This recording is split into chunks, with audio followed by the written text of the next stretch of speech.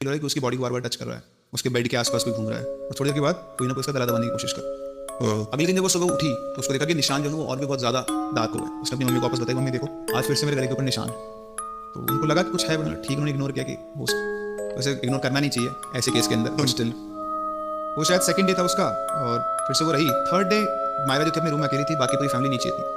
तो सोफिया जो थी अपना काम खत्म करके वापस सोने के दोनों एक रूम में सोती थी, और जैसे वो पहुंची तो बेड के ऊपर मायरा लेटी हुई थी।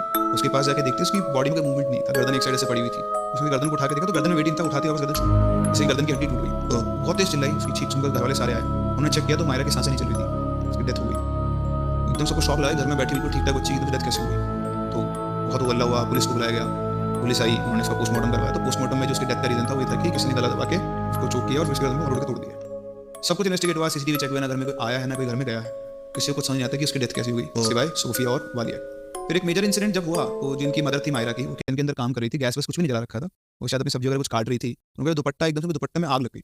मतलब आग ऐसी थी कि किसी चीज़ से पकड़े तो बात अलग है, किसी ने जबरदस्ती उनकी आग लगाई हुई, तो एकदम से दुपट्टा बड़ा आग पकड़ लिया। नजर में तो उन्होंने बुझाया, वो चारों तरफ देखा तो उनको दिखा तो नहीं, समझ नहीं पाई कि ऐसा क्यों हुआ है।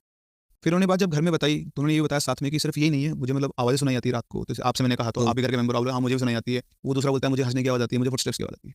तो इस तरह से इन लोगों ने आपस में डिस्कस किया, उन्होंने डिसाइड किया कि कुछ ना कुछ घर में दिक्कत है, क्योंकि मायरा की डेथ हुई है, उसके बाद से सब चल रहा है। यहाँ पे भी सोफिया बिल्कुल शांत थी, उसने किसी को कुछ नहीं बताया। तो उन्होंने मौलवी जी थे उनको बुलाया कि इनको बुलाते हैं चेक करवा।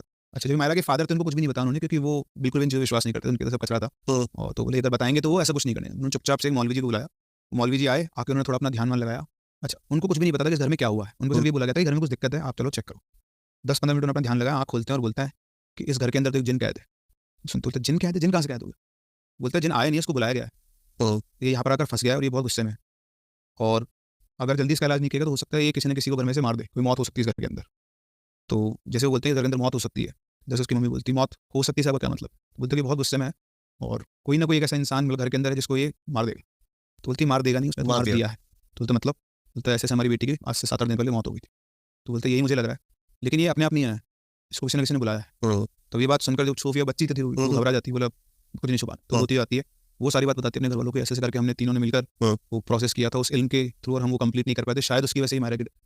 तो मौलवी जी बोलते हैं कि ऐसा है। अब वो बोलते हैं कि ठीक है इसका इलाज करना पड़ेगा। तो वो हम उसको कोशिश करते हैं, वैसे बहुत ज़िद्दी है, जाएगा नहीं लेकिन कोशिश कर सकते। तो वो आते हैं, उनके फादर आते हैं शाम को, तो सब बताते हैं कैसे मौलवी जी आए थे और उन्होंने ये बताया। बोलते तो सब पागल हो चुके, बकवास है सब, ये सब कुछ नहीं होता, सब जिन विन को आते हैं किसी के यहाँ, तुम्हारा दिमाग खराब है, जाओ सब कुछ नहीं होगा। ठीक है, घर का मुखिया डोमिनेंट आदमी बोल दिया तो बोल दिया, क्या कर सकता है। तो सेम रात को वो जिनके फादर थे, उनको शायद प्यास लगती, तो उठते हैं पानी लेने किचन जाने, तो स्टेयर केस से नीचे किचन था, तो नींदों उठ के आते हैं स्टेयर केस पे खड़े होते हैं, तो खड़े के खड़े रह जाते हैं वो, क्योंकि जैसे स्टेयर केस पे आते हैं सामने